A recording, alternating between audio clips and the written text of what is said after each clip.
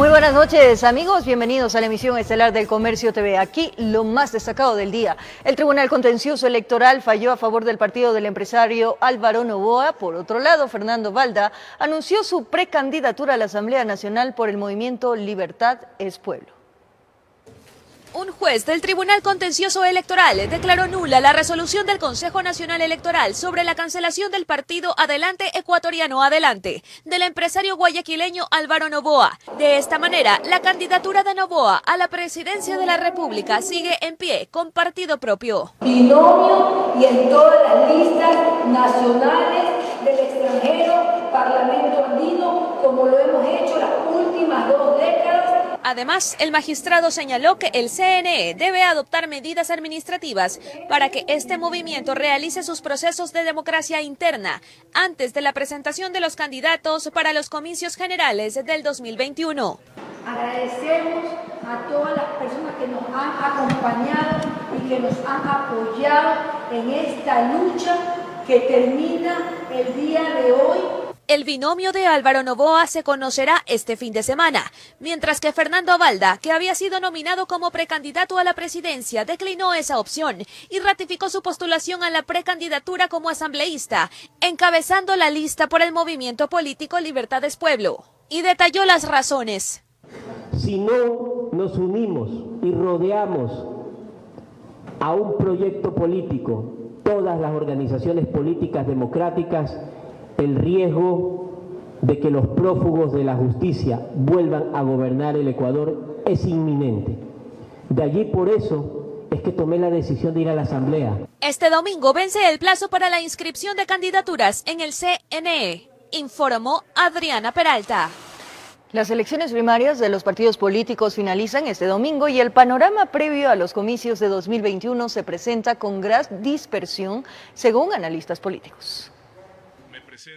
Tras declinar Otto Sonnenholzner a su precandidatura a la presidencia de la República, tras no encontrarse Jaime Nebot entre las opciones de los comicios de 2021, el panorama político electoral pierde algunas figuras fuertes. De tal manera de que entramos también a una campaña electoral con liderazgos, con candidatos que al menos la opinión pública no los tenía previsto. Sin embargo, de los candidatos de la derecha aún se mantiene Guillermo Lasso. Tenemos el caso de Lasso, que es quizás el que tiene el peso mayor en ese espacio, pero el Partido Social Cristiano tendrá que tener un candidato. Álvaro Noboa se va a postular, no sabemos todavía por quién. Vamos a ver al menos 6 candidaturas que representan una tendencia de derecha o de centro derecha. Mientras que a Rafael Correa le complica su situación jurídica. Él no puede estar de candidato a la presidencia porque constitucionalmente lo impide. Pero por otro lado está con algunos juicios políticos que también le impiden registrarse personalmente y probablemente tampoco poder participar. El movimiento indígena, que en el mes de octubre tuvo protagonismo en las últimas semanas, se mostró dividido.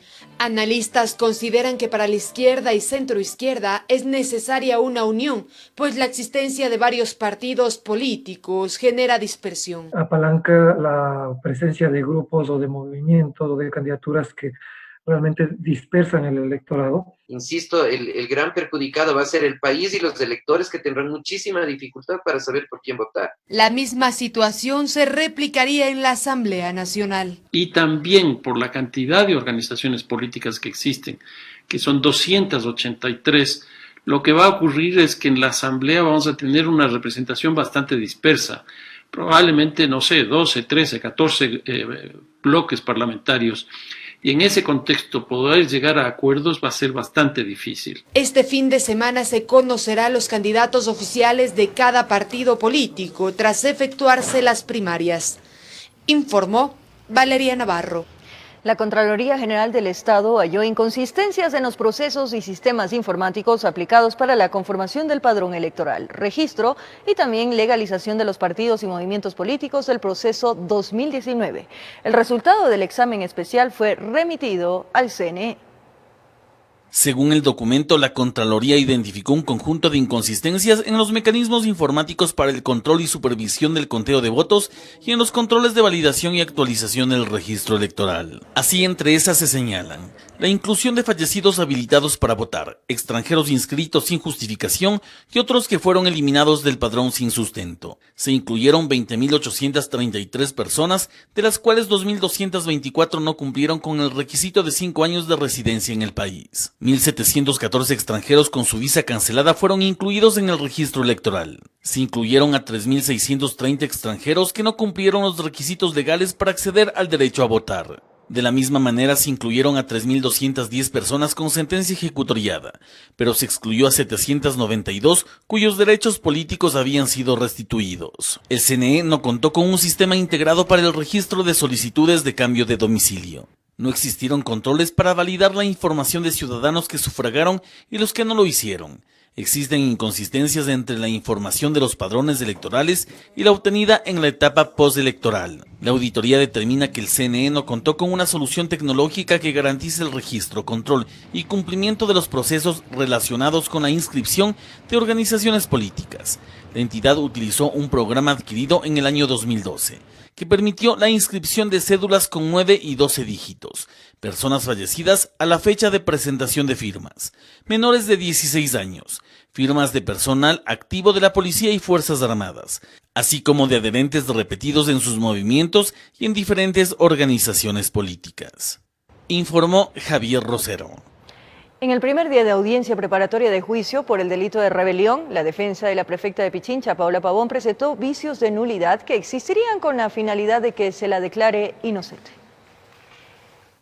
Fue por los hechos violentos registrados en las protestas de octubre que la prefecta de Pichincha, Paola Pavón, el ex asambleísta Virgilio Hernández y su ex asesor Cristian González hoy son sentados en el banquillo de los acusados por el delito de rebelión. Vengo con la fuerza y la convicción de mi inocencia. Espero que haya justicia, que haya una justicia sin presión política, que haya una justicia que actúe en el marco de la Constitución, del Código Integral Penal. El sobreseimiento creen que es lo más adecuado que puede determinar el presidente del Tribunal Provincial de Pichincha, Vladimir Jaya. Ahora el fiscal tendrá que sustentar esas acusaciones y yo creo que quedará evidenciado que esto solo es un montaje político para buscar acallarnos.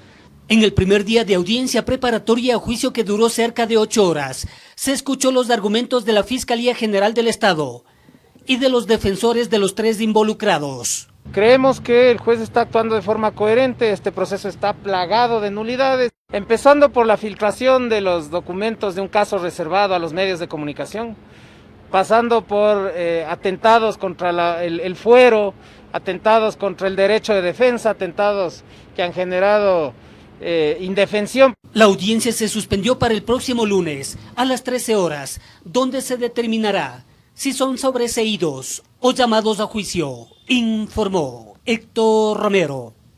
Marco Rodríguez, juez de la Corte Nacional de Justicia, negó el cambio de medida cautelar solicitada por Dani C., investigado por supuestas irregularidades en la construcción del Hospital de Pedernales, donde también son procesados los exasambleístas Daniel Mendoza y Eliseo Azuero.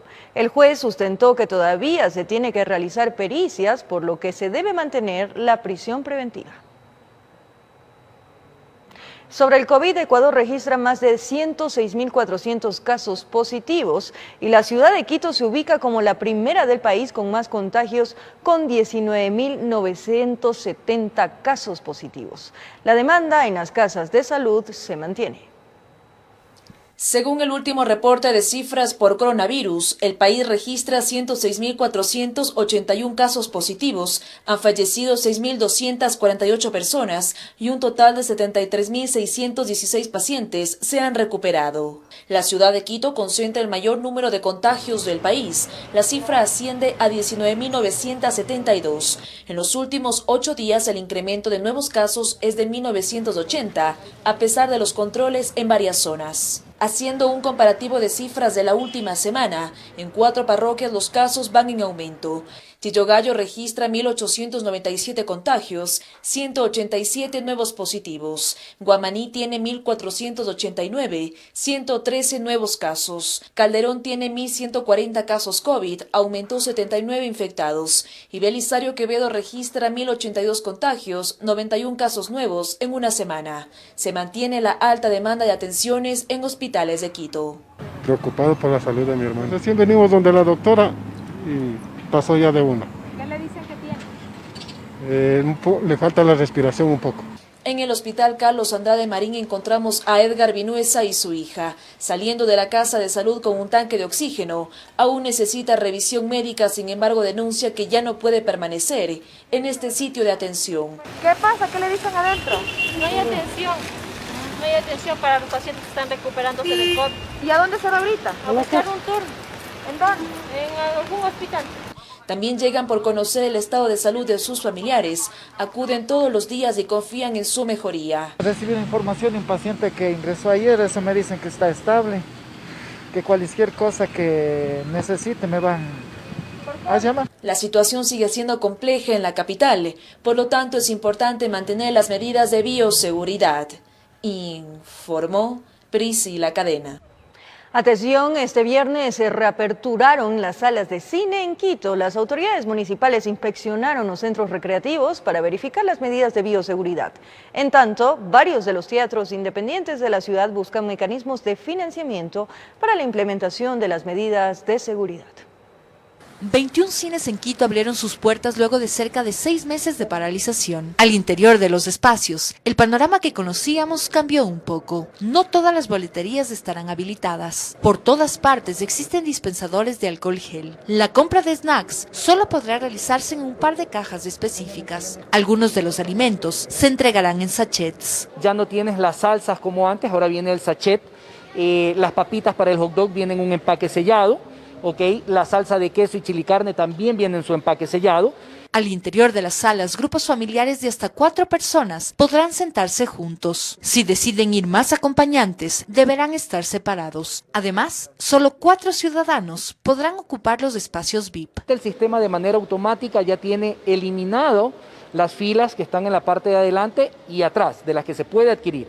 Y adicional a eso, al momento que nuestros clientes adquieren sus entradas, automáticamente el sistema hace un bloqueo de 2 puestos al lado izquierdo y derecho de esa persona o grupo. Los horarios de las películas tendrán mayores intervalos de tiempo, momentos en los cuales se sanitizarán las áreas. Tenemos filtros de alta eficiencia, los cuales van a permitir maximizar la recolección de partículas. Al momento, varios cines decidieron establecer ofertas y no incrementarán los precios para atraer así a la comunidad. Una sala de 200 personas hoy en día solo puede ser ocupada por 60. Mientras tanto, los teatros independientes de Quito buscan alternativas que financien la inversión para implementar las medidas de bioseguridad. Que en este momento es sumamente complejo porque hemos estado cerrados tanto tiempo, en los que no ha habido muchos ingresos para el espacio en sí. Muchos sitios tenían una capacidad para 100 personas y ahora podrían asistir solo 30, lo cual encarece las propuestas culturales. Percibo en lo personal que la crisis sanitaria en Quito es muy fuerte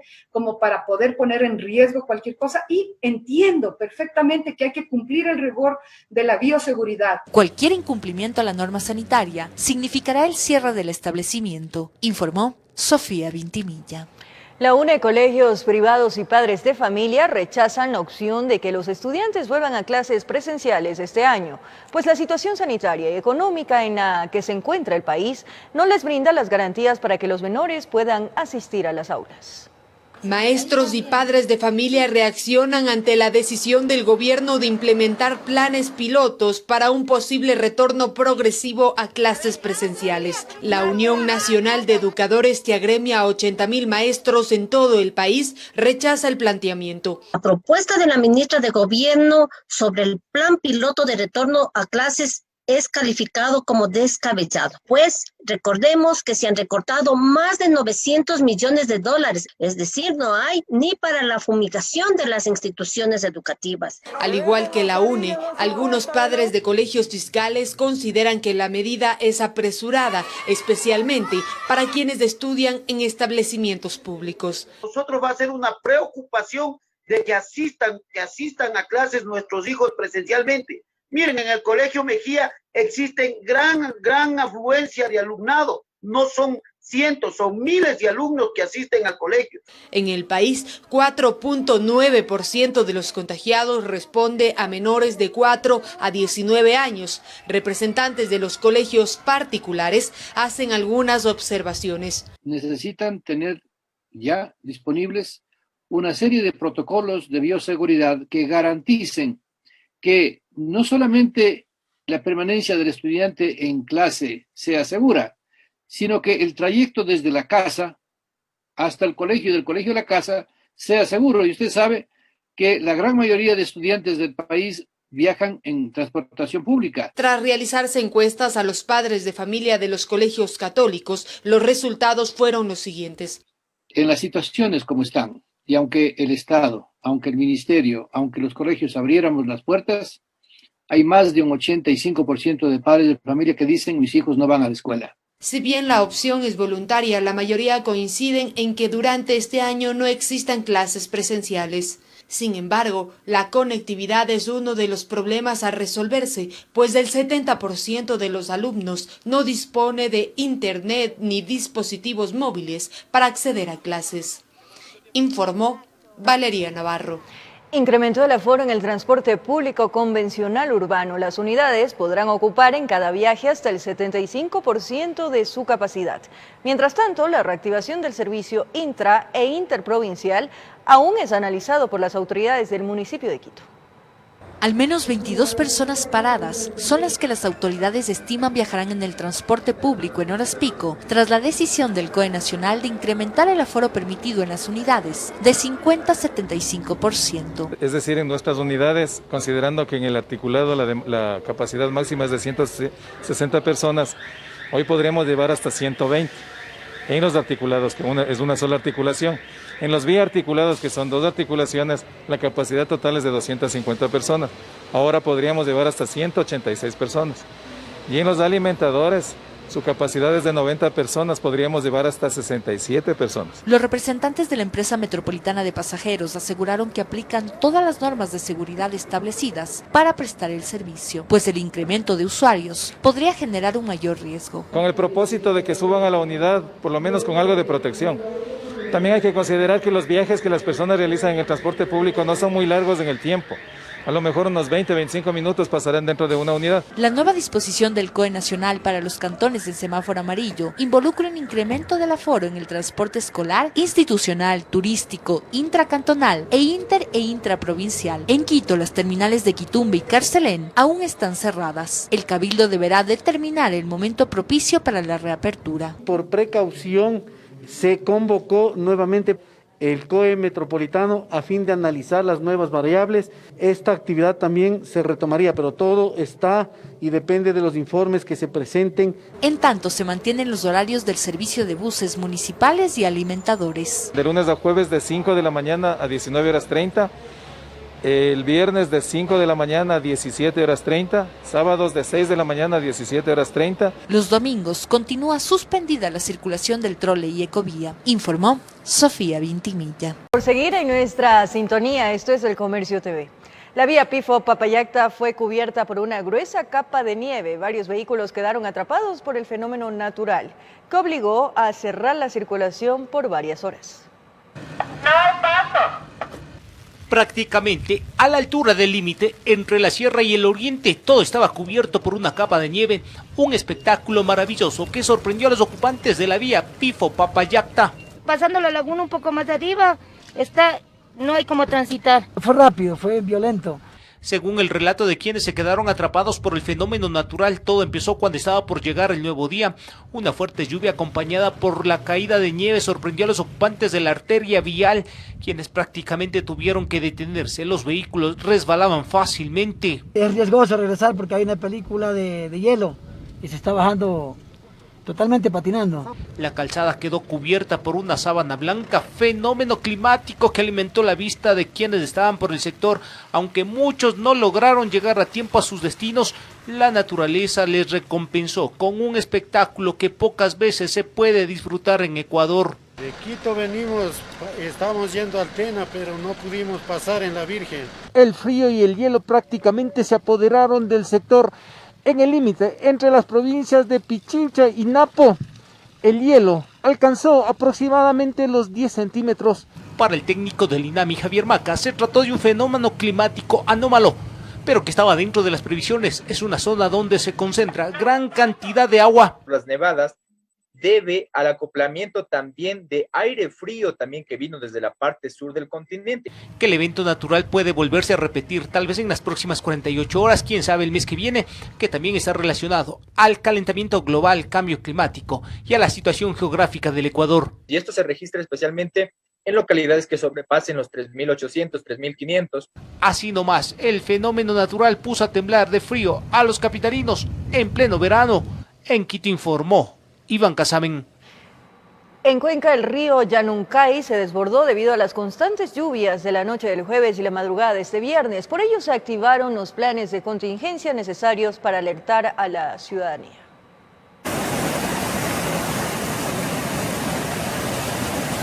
Las cámaras de seguridad del ECU 911 grabaron cómo a tempranas horas de la mañana de este viernes se visualizó la crecida de afluentes en Cuenca.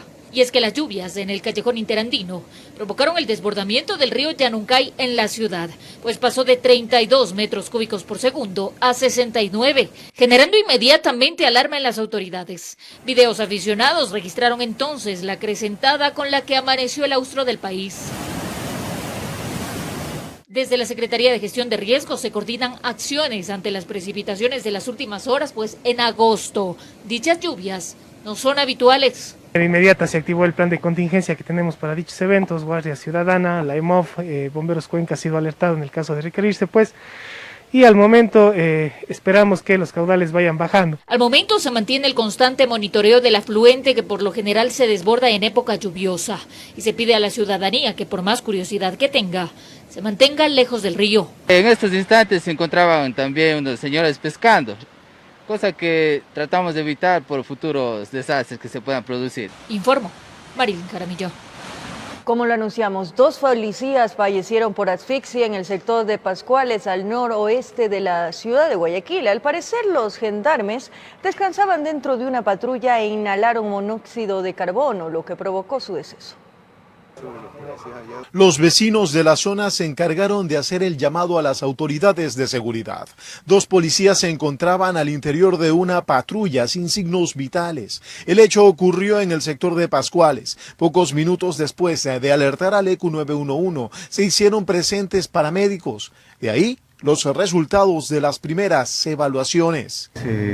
Moradores del sector reportan que un vehículo policial se encontraba estacionado ya por algún tiempo y que dentro del vehículo estaban 2 policías aparentemente dormidos. Llegó al lugar y se determinó lamentablemente que eran 2 servidores policiales, el uno jefe de patrulla en el grado de cabo, el otro en el grado de policía, que se habían quedado dormidos y que lamentablemente por intoxicación de monóxido de carbono pues fue la causa por la cual ellos fallecieron. Los habitantes del lugar acotaron que no se habían dado situaciones como esta anteriormente. Ellos han descansado ahí porque es lo normal, porque aquí ellos siempre andan haciendo su guardia, su trabajo y han amanecido ahí y un vecino de ahí de la misma casa, como siempre, la costumbre de él salir a su trabajo, los ha visto ahí que han estado así como durmiendo, entonces se han sorprendido porque siempre cuando él sale ya ellos ya se van. Según el comandante de la policía de la zona 8, Víctor Arauz, los gendarmes tomaron un descanso luego de una jornada agotadora. Los 2 compañeros policías hasta las 6 de la mañana reportaron sus actividades a la central de Radio Patrulla, cargaron combustible aproximadamente a esa hora Entiendo pues de pronto que el cansancio físico, la fatiga motivó a descansar un momento.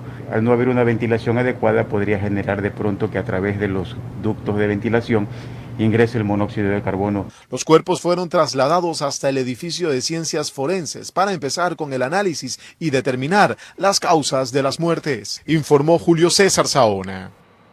Un grupo de trabajadores pertenecientes a empresas proveedoras con el Estado ecuatoriano realizaron un plantón en los exteriores de la gobernación del Guayas para exigir la cancelación de sus facturas. A nivel nacional, son cerca de 400 empresas de seguridad privadas que atraviesan por esta situación. Dejaron sus herramientas para salir a protestar. Estos hombres y mujeres laboran en empresas de seguridad privada que han sido contratadas por el Estado para brindar servicios, ya sean en casas de salud e instituciones educativas. Llevan 9 meses impagos. Porque somos padres de familia, no tenemos para la comida, nos hemos tocado llevar un arroz con queso y la mujer se queda sin ningún grano de arroz en la casa. Nosotros tenemos aquí en la empresa ya como más de 4 meses, 5 meses que vamos a cumplir y no cancelan ni un centavo. Y necesitamos nosotros como agentes de seguridad poder cubrir nuestros gastos y darles de comer a nuestros hijos.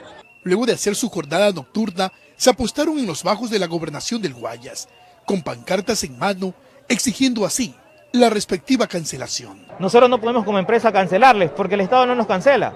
Ya nosotros con esfuerzo, con los ahorros que tenemos, ya hemos cubierto cantidad de meses, pero ya no podemos más. A nivel nacional son 400 empresas de seguridad que brindan servicio al Estado ecuatoriano. Ellos en la provincia del Guayas han tenido varios acercamientos con el gobernador, pero hasta la fecha tienen una respuesta. Se ha hecho la gestión al CERCOP, a la Contraloría del Estado, se ha mandado sendos comunicados a la Presidencia de la República. Una comitiva fue recibida por delegados del gobernador del Guayas, quien aseguró que gestionará tal pedido. Informó Carlos Julio Gurumendi.